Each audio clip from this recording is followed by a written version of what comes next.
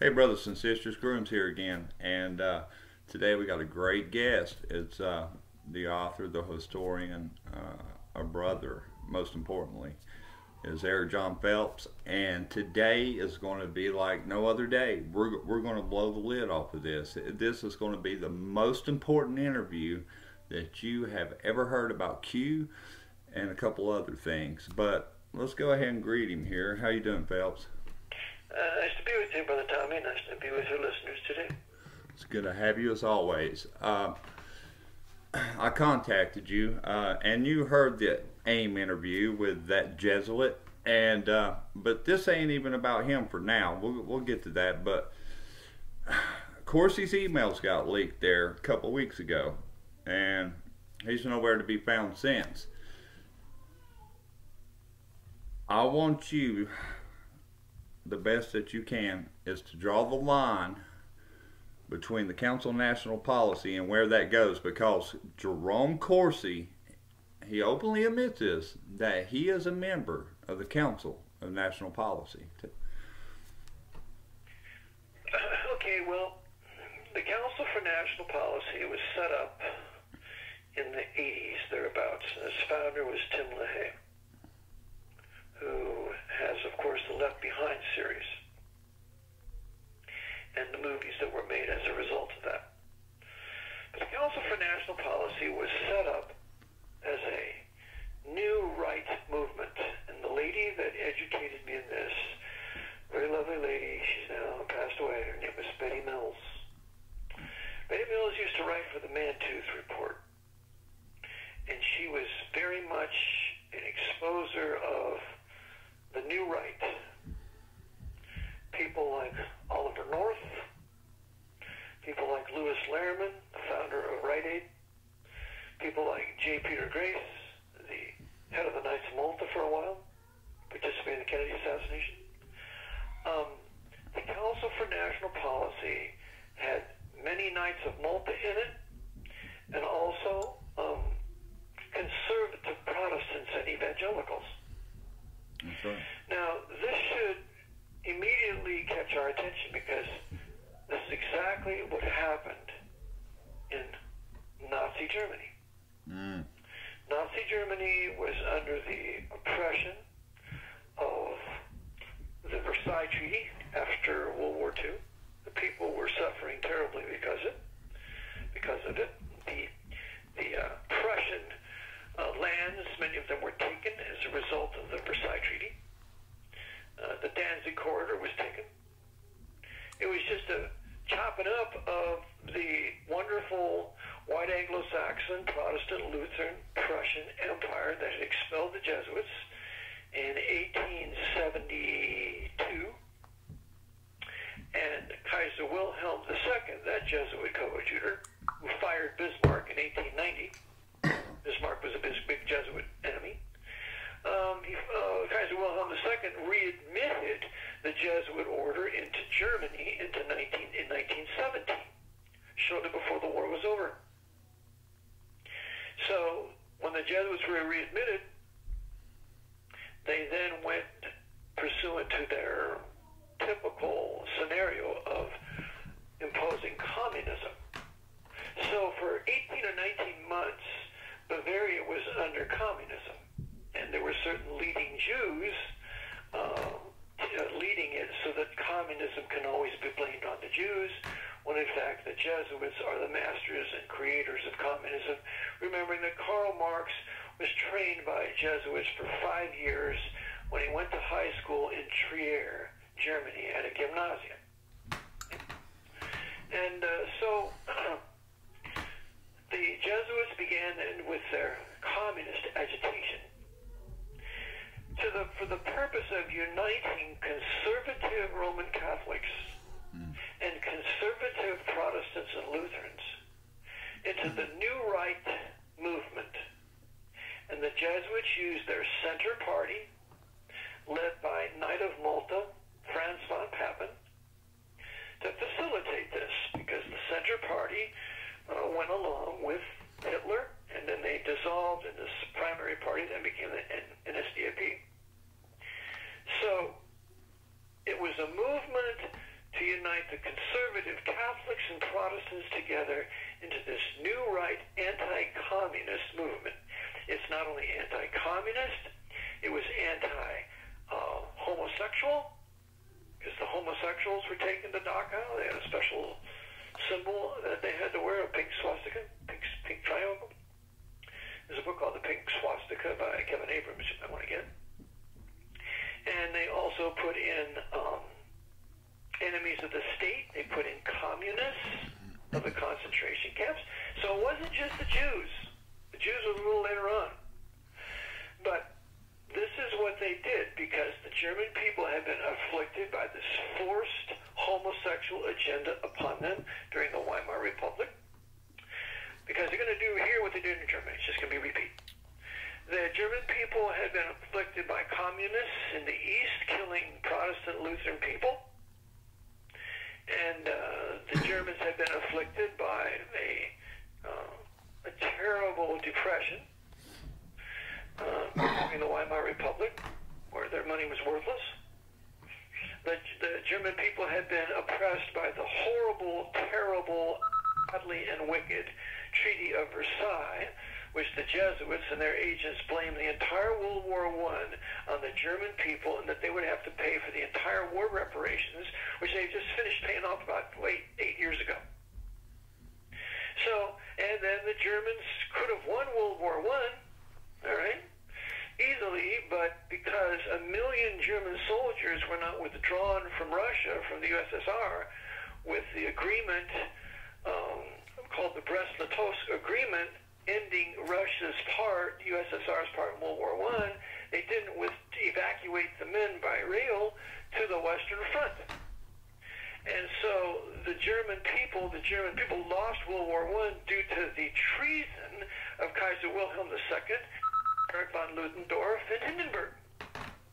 Three big men of power there that would contribute under the overseeing of the Jesuits to the destruction of the Protestant Second Reich. Okay? Okay. So now the German people are suffering the horrible, terrible results at the end of World War I, everything being blamed on them. And so now here comes an Austrian agitator. This Austrian agitator, Adolf Schicklgruber, who was in World War I, is not a writer. He's a homosexual. He lived in a flop house in Austria, and he never wrote any books. All he ever did was write newspapers. So Hitler now knew Joseph Stalin. He walked the grounds of I believe it's the Schurenburg Castle of the Habsburgs in Vienna. So Stalin and Hitler knew each other from 1912, thereabouts. So here comes Hitler, and he has this entire German nation angry, beaten, oppressed. They're being raped by the black French soldiers. They're taking the German women underground and underneath the streets, and they're engaging in 3-day gang rape of the white German women. This is resulting in the birth of these, what they call the Rhineland bastards. Okay? To the outrage of the German women due to the French occupation. So you have every kind of outrage imaginable, and then during the Weimar Republic, they're having nude scenes and shows, and we have all this miscegenation, race mixing going on. It's demoralizing the German people. Something terrible. And then along comes Adolf Hitler. And he leads this group of Nazis, and he's backed by one of the sons of the Kaiser. One of the Hohenzollerns. So we see that the Jesuits, through the Kaiser's son, the Kaiser's in exile in the Netherlands now under Queen, I think it's Wilhelmina, who was a Dame of Malta. Kaiser's a Knight of Malta. Of course. And will bring Hitler to power. It was Rupert Wittelsbach. He's going to be a Knight of Malta. He's Crown Prince. And so all these secret knights are behind the bringing of Adolf Hitler to power. Okay. So Adolf Hitler is a arrested, and he supposedly writes Mein Kampf while he's imprisoned in a certain prison for 9 months or thereabouts. Hitler never wrote Mein Kampf. It was written by a Jesuit who is Jerome Phelps, who's later shot in the head by the SS. So this masterpiece of a work took several minds to write it because it embraces many different nations, many different cultures, and so Hitler never wrote it. So Hitler now is attributed with this and is talking about against Jewish Bolshevik communism and blah, blah, blah, never ever once attacking the Jesuits. So the German people, because what Hitler's doing, he's saying we need to undo the horrible, terrible injustice of Versailles. We need to get back to Danzig corridor. We need to take back our land that was taken from us at the Treaty of Versailles. All these are legitimate grievances, all of it. The problem is that the German Lutherans have gone apostate. They've departed from the Luther Bible. Now they're being set up for annihilation, when they will unite with Hitler and Himmler and Goering out of Prussia, give over the Gestapo to Heinrich Himmler, and now we're going to have the secret police. We're going to have concentration camps of the Third Reich. And who are we going to bring there? Well, we're going to bring all the communists. We're going to bring the prostitutes. We're going to bring the enemies of the state. We're going to bring the homosexuals. And then ultimately we're going to bring the Jews. Okay? So it starts out with legitimate grievances of both conservative Catholics and conservative Protestants who are nationalists. This is exactly what's being done in America today. The unification of conservative, quote-unquote, Roman Catholics and conservative Protestants. Now, the group that they organized to this, one of the groups, is called the Council for National Policy. And hence you have a conservative Catholic, Jerome Corsi. You have conservative Protestants like Tim LaHaye and others who founded it.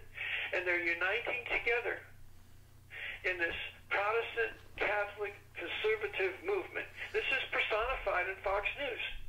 You have conservative Catholics and conservative Protestants there. And look at the big to-do they did with Billy Graham, the supposed conservative Baptist. So, and you have Laura Ingraham, Roman Catholic, Sean Hannity, Roman Catholic, once Bill O'Reilly, Roman Catholic, what's his name, Lou Dobbs, I don't know what he is, he may be a Protestant, but it's the unification of all this. I think Ann Coulter, I don't know, but Ann Coulter's on there oftentimes. She's rightfully prodding Trump for not building the wall like he said he would, and for stopping the alien Roman Catholic Mexican invasion. She's right about those 2 points. But what's happening is it's attempted unification of the conservative white people, for the most part, of this country. That's exactly what was done in Germany. So let me ask you this, Phelps. Who runs the Council of National Policy? Who is over it? Council of National Policy is ultimately run by the Jesuits through their control of the Roman hierarchy and the Knights of Malta, because secretly the Jesuits are running the entire Roman papacy, the Pope, all the knighthoods, the Knights of the Equestrian Order, like the Knights of Malta, like Leon Panetta, the Knights of Columbus, et cetera, as well as high-level Scottish Rite Freemasons in this country. So through those secret societies, they run the Council for National Policy. I mean, okay. Is there one guy over? Is Timothy Dolan, Archbishop of New York, is he maybe the head man over it? He's secretly the head man. Okay. Because the purpose of Dolan is to oversee the bringing of power to the New Right movement, just as Michael Cardinal von Faulhaber of Munich was the Archbishop there and Cardinal in Munich to oversee the bringing of Adolf Hitler to power. Because remember, Pacelli, before he was Secretary of State, before he became Pope, Pius XII, he met with Hitler, he gave Hitler a bag of gold, and told him to resist the communists and do God's will. And you can read about that very thing in the book La Popessa, where that nun that Pius XII was living with recorded this entire meeting with Hitler. So it's going to be a new right movement led by right-wing factions. This is the purpose of creating the Tea Party. The Tea Party is to unite Roman Catholics and Protestants together who are conservative, quote-unquote, but to the end of the new right's desire for the implementation of a military new right dictatorship. That's the end game. So, and Timothy Dolan is also over the CFR and the Trilateral Commission. Well, absolutely. Timothy Dolan is a real controller, mover, and shaker of the Council on Foreign Relations, because he has the St. Patrick's Cathedral there in New York City, and the Council on Foreign Relations is not too far away from that. And you heard Douglas, or Thomas Paine as he goes by, on the show. He agreed with me. That's the case. Yeah, so the Archbishop controls it. In fact, Archbishop Joseph Cardinal Bernardine of Chicago was a member of the Chicago branch of the Council on Foreign Relations till he was proven to be a pedophile, and he quote-unquote committed suicide. But Michelle Obama was a member of the Chicago branch of the Council on Foreign Relations. So the Roman hierarchy runs their trusted, Ignatius Loyola called them trusted third parties. You have to have trusted third parties. He talked about this in his secret instructions of the Jesuits. So the Council for National Policy is a trusted third party. Council on Foreign Relations, trusted third party. The Senior Executive Service is a trusted third party. All of these are trusted third parties, but at the top, they're run by Papal Knights and Masonic and other secret societies beholden to the Roman hierarchy, which are in turn beholden to the Jesuit provincials and leading Jesuit presidents of universities in this country. Makes sense. And wow, when these emails got dropped, so many people are shocked by what Corsi's. Of course, he's a book dealer, but yet he's still CMP. He is he's out for your money. And well, Jerome Corsi fits the description. He's a conservative, quote unquote, Roman Catholic. He hates the Jesuits, at least openly. And so because the Jesuits always play the left wing. The Knights always play the right wing.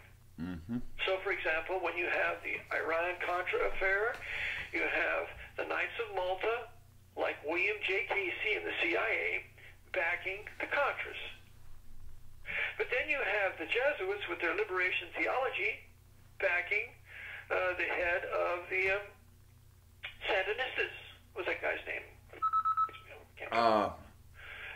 Daniel Ortega.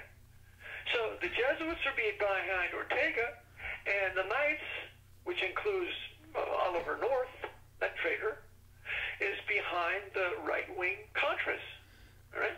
And always, whenever you have the conflict between the right and the left, between the Nazis and the communists always win. But the communists always win after the new right, or the right wing, has exterminated, particularly the Jews. I mean, the largest Jewish population in the world is in America, and Canada is now probably at least 7 million. And so they're all targeted for destruction by the new right if they can be blamed for something significant. I maintain they're going to bring about something of a terrible issue that they can blame the Jews for that will ultimately result in their roundups. And it's going to be the right that does it. It's going to be this new right thing. Now, if you want to read some books on this issue, you want to read The Neo-Catholics, Implementing Christian Nationalism in America by Betty Claremont. And this is the neocons. These are the neocon, new right Catholics, neocon, new right Jews, neocon, new right Protestants. It's a whole neocon, new right movement, but it is run at the top by knights and dames. Well, Phyllis Schlafly was a dame of Malta. That's right. So this is the new right that they're building. Now, we talked a little bit about Mueller. Yeah, let me address that to the audience.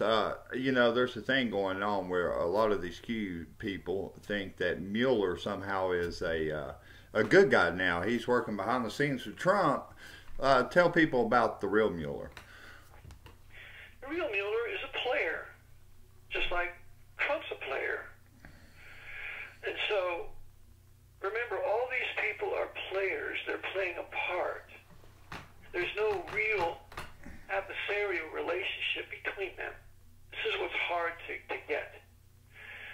And so, as I showed in a previous broadcast in a book titled The Unmaking of the President, 2016, we have FBI Director James Comey cost Hillary Clinton the presidency. Why, that's absolutely true. He released that letter on October 26, 2016, casting doubt on Hillary Clinton so that they could throw the election for Trump. And then 2 days after the election, they clear her, and she's really okay. This was done to make sure they could carry out the fraudulent election to give the election to Trump, where it would look like everybody voted for him and not Hillary. Because remember, we have no elections. The name of the book is Vote Scam by Collier and Collier. We haven't had an election since 1964 for the president. So the other thing that's going on here is Mueller, Robert Mueller. It's actually Mueller. That's how you say it in that way. I went to school with a guy named Jerome Mueller. His father was a Nazi. He came over to America after the war, but we have there's a book written by Charles Whiting, titled The Search for Gestapo Mueller. Heinrich Mueller was the savage, the Bavarian Roman Catholic savage, who controlled the Gestapo in Germany. So you have two Bavarian Roman Catholics at the top of SS power, Heinrich Himmler and Heinrich Mueller. Himmler, after the war, is secreted out of Germany. His death is faked. There's a book called SS1, The Unlikely Death of Heinrich Himmler. And we have the bringing out of Gestapo Mueller, and that's written in here in Charles Whiting's book that I just gave. And towards the end, it shows that he went to work for the CIA and died in 1973. Well, it just so happens that, according to one of my other sources that I just talked with today, that Mueller, the head of this investigation, is the son of Gestapo Mueller. Robert Mueller is a Nazi. Of course. And he's the son of his father, the head of the Gestapo, who killed hundreds of thousands and participated in the murder not only of Jews but many other people in terrible tortures. So that's Mueller, and so therefore he is being used, and as I said from the beginning, he would be used in the end to vindicate Trump, that there is no Russian connection, and which secretly there is, but there is no Russian connection you can talk about, because remember, Putin is working for the Jesuits as is Trump. Barry Davis Obama working for the Jesuits as was Putin. I mean, they're all working together. Just like the head of China, what's his name? Jin, or whatever his name is, he's working for the Jesuits too. It's like Rocket Man of North Korea, he's working for the Jesuits too. They're all a bunch of actors. And so what we have here is we're going to have the vindication of Trump, which will be the further creation of sympathy for Trump that will lead to further right-wing conclusions. For example, when Hitler came to power, it became illegal to wire anything more than 10,000 German marks outside the country. If you tried to wire a significant amount of German marks out of the country, there was a capital offense. Couldn't do it. And then further, Hitler had a huge intelligence operation that would keep German people from leaving Germany. They couldn't leave. That's the purpose for the wall. The real purpose for the wall, because all the alien Roman Catholic Mexican invaders, they're not immigrants, they're invaders, they're already here. So they brought them here for several reasons, but one of them is to further justify the building of a wall that will be used to keep Americans in when the Nazi dictatorship, the new right dictatorship, is finally imposed. The homeland, yes. The homeland. God deliver us from that word, homeland, motherland, all those. That's what Hitler and Stalin called their countries. That's right. Motherland, Mother Russia, and the homeland here in Nazi Germany. So, anyway, those are socialist, new right, new left terms. And so now we know a little bit about Gestapo music, knew the purpose of the New Right, the Council for National Policy. There's Knights of Malta involved in it. I'm sure Leanne Panetta is involved in it somehow. I had a list of some a while back. I don't know what I did with it, but there's no question that it's the New Right movement. So everybody's going to be driven into it. And remember, it's going to be the New Right people that are always going to be beat up by Antifa, by the commies. And so that creates sympathy for all the white people generally that are not reading the Bible, but we've all been victims for the last 60 years of this leftist, socialist, communist, pro-black, anti-white agenda out of Washington, regardless if it's Democrats or Republicans, to drive all the white men from the middle class to desperation into the New Right. And part of the gun grabbing, part of calling for the guns, is the purpose is to disarm the white men. And so the white men are not going to go disarmed. So rather than that, that's promoting a right-wing backlash and an ultimate civil war with